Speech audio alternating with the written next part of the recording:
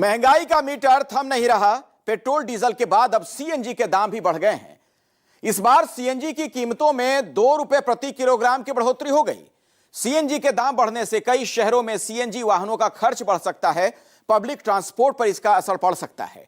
तो सफर करना अब महंगा होने वाला है।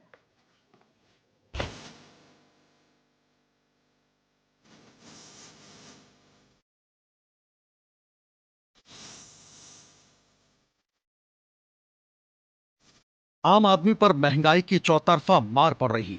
पहले ही पेट्रोल डीजल की कीमतों में आग लगी हुई है, अब सीएनजी के दाम भी आसमान छू रहे हैं। सीएनजी में एक बार फिर 2 रुपए प्रति किलो की बढ़ोतरी की गई, जिससे देश के कई शहरों में लोगों की मुश्किल बढ़ गई। दिल्ली में सीएनजी 81.09 रुपए से बढ़कर 83.09 रुपए प्रति किलो बिक रही, जबकि नोएडा और गाजियाबाद में ये 89.70 रुपए से बढ़कर 91 रुपए 70 पैसे प्रति किलो बिक रही। वहीं गुरुग्राम में सीएनजी के दाम 86.12 रुपए से बढ़कर 88.12 रुपए प्रति किलो हो गया। जो सीएनजी 81 रुपए थी कल तक, अब वो 83 रुपए, और अगर पिछले 10 दिनों की बात करें तो 77 रुपए से 83 रुपए तक सीएनजी पहुंच गई है। 6 रुपए इस पर बढ़ चुके हैं, 7.5 रुपए पेट्रोल डीजल पर बढ़ चुके हैं। तमाम ऑटो चालक हैं जो लगातार जो है किराया बढ़ाने की मांग कर रहे हैं। आप लगातार किराया बढ़ाने की मांग कर रहे हैं? हाँ जी, कुछ नहीं, किराया नहीं बढ़ता बिल्कुल भी। अब हड़ताल होगी, कल परसों हड़ताल करेंगे सारे ऑटो वाले टैक्सी वाले सारे करेंगे हड़ताल। अभी तो 21 तारीख को होनी थी, लेकिन आपकी यूनियन ने तो अभी मना कर दी। अब परसों होगी ईद के बाद में। आपके घर का बजट कितना गड़बड़ा गया? बहुत ही गड़बड़ा गया। क्या कमा रहे हैं? कुछ भी ना कमा रहे हैं। सीएनजी की दी जाती है, क्या करा जाए। सीएनजी पे रेट बढ़ गए, मजदूरी भी, आमदनी भी बढ़नी चाहिए, वरना भुखमरी के कगार पे पहुंचता जा रहा है गरीब आदमी। 10 दिन में सीएनजी के दाम 5 रुपए तक बढ़ चुके हैं। दिल्ली से लेकर महाराष्ट्र और गुजरात तक सीएनजी की कीमतें बढ़ने से इसका असर अब आम लोगों की कामकाज पर पड़ना तय माना जा रहा है, क्योंकि ज्यादातर पब्लिक ट्रांसपोर्ट सीएनजी पर आधारित है। सीएनजी महंगी होने से ऑटो और कैब का किराया महंगा हो सकता है, लोगों की मुश्किल बढ़ सकती है। सीएनजी का से वॉर से क्या मतलब है? ये तो इनको अभी इलेक्शन के लिए तैयारी करनी है ना, पैसा पब्लिक से लूट के इकट्ठा करना है। गाड़ियों के रेट बढ़ नहीं रहे हैं, सीएनजी के हफ्ते में रेट बढ़ रहे हैं। ये जनता की घोटाले वाली बात है, जनता को परेशान करने वाली बात है। सीएनजी इसीलिए लोग ले ही रहे कि भाई माइलेज मिले उनको, और जो है एसी में बैठ के चल सके। अब सब तो एक ही दाम देख ही रहे, ये भी 98, पेट्रोल भी 98, डीजल भी 98, सब एक ही दाम पे चला है अभी तो। 5 रुपए इकट्ठा बढ़ गया, इस तरीके से बहुत इफेक्ट पड़ रहा है। अगर बढ़ाया तो किराया तो बढ़ाओ, पब्लिक परेशान है, कारोबार है नहीं लोगों का, इससे ज्यादा और क्या होगा बताओ आप मुझे। देश में तेल गैस के दाम बढ़ने पर विपक्ष लगातार हमलावर है। कांग्रेस, समाजवादी पार्टी और आम आदमी पार्टी ने महंगाई पर सरकार को घेरा है। अखिलेश यादव ने चाय के बहाने सरकार पर तंज कसा है।